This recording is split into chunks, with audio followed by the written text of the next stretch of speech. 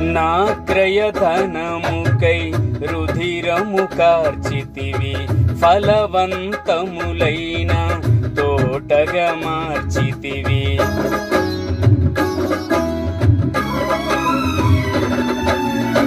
నా క్రయధనముకై రుధిరము కార్చితివి, ఫలవంతములైన తోటగా మార్చితివి.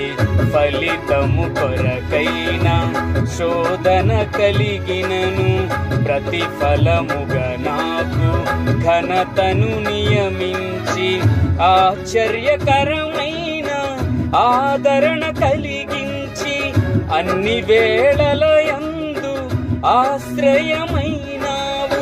ఎంతగా కీర్తించిన నీ రుణమే నే తీర్చగలనా, ఇదే కదా నీలో పరవశం.